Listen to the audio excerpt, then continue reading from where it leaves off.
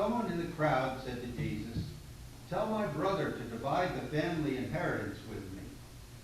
But he said to him, "Friend, who sent me to be a judge or arbitrator over you?" And he said to them, "Take care, be on your guard against all kinds of greed, for one's life does not consist in the abundance of possessions." Then he told them a parable. The land of a rich man produced abundantly.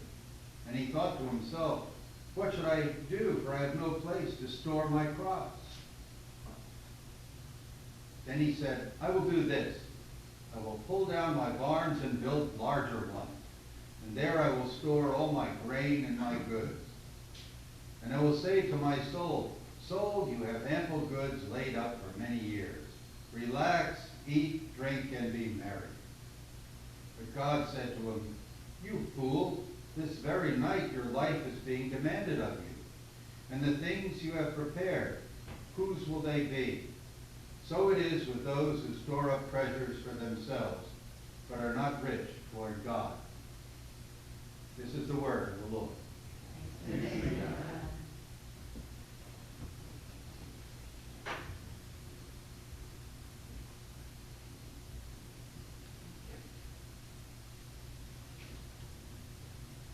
I forgot to put my mic on.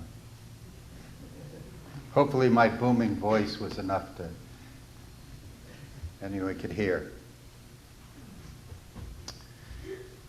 Summer is frequently a time of reunions. My own family is rather small. We could probably hold a reunion in a diner booth. And we're scattered about the country, west, south, now north.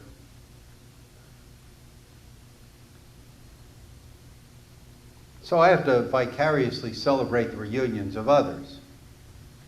Julie, Sharon recently, other families get together. And then often autumn brings different reunions.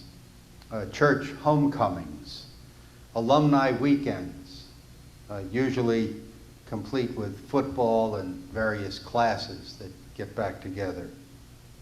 And then there's Thanksgiving and Christmas, replete with traditions among the feasting.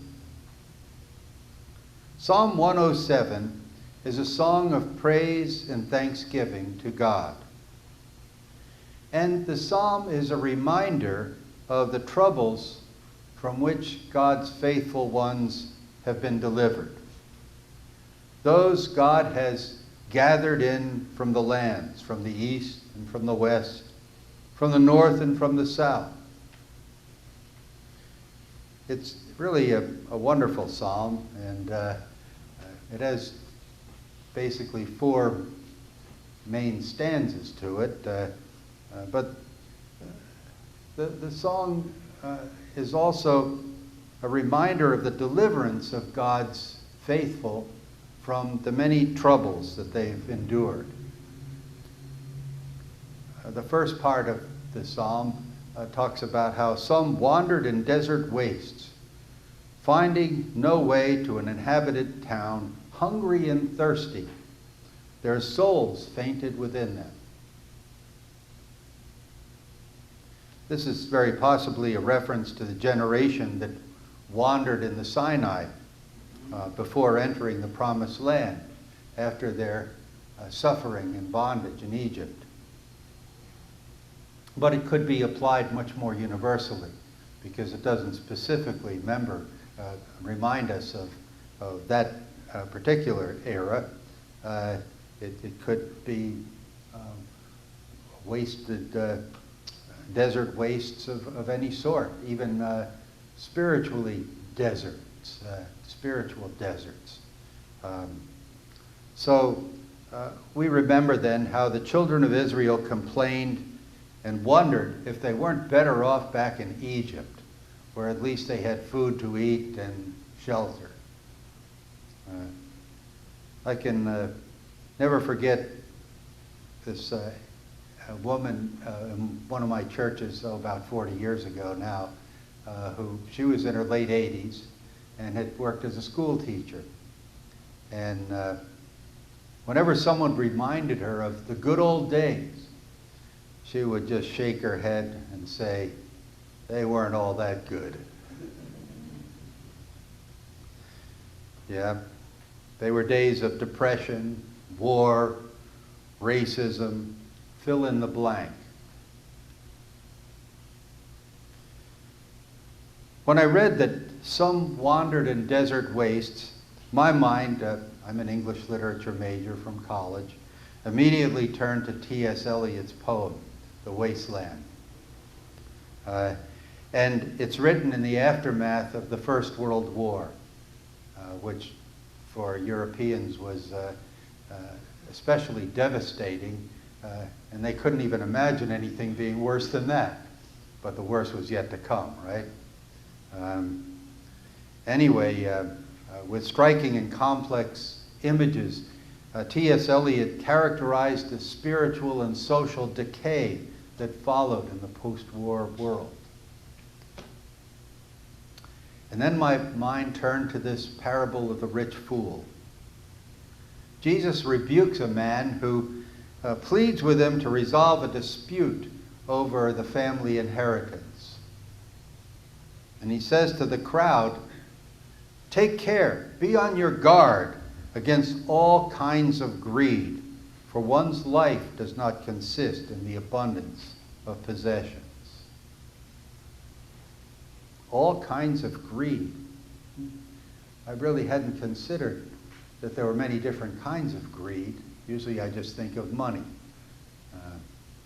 But what do you think? Are there different kinds of greed?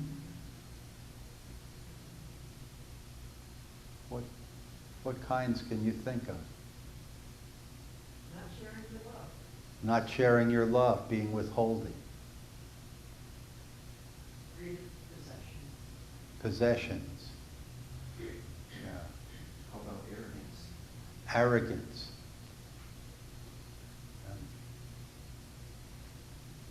This rich fool had such a wonderful harvest. He had all this food, and he couldn't think, what can I do with all this food? Well, what might he have done with all that food? Shared it with the poor who had no food, who were wandering in desert wastes. Maybe it was a little early in history, but he probably could have had a garage sale.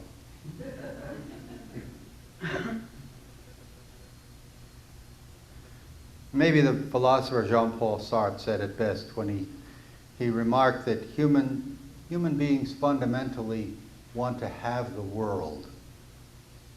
There's never enough. Always want more. We think we need bigger barns, not less greed. We don't need to wander in desert wastes to understand the moral, psychological, and arid places in our lives, in the world around us. Before knowing that our deepest hunger, our greatest thirst, is for what God offers. Peace, love, hope, community, deliverance from our emptiness and loneliness, and a life that celebrates and gives thanks for God's steadfast presence in our world. Today, we come to the table, and the bread and cup of salvation are symbols that God is who satisfies our deepest needs.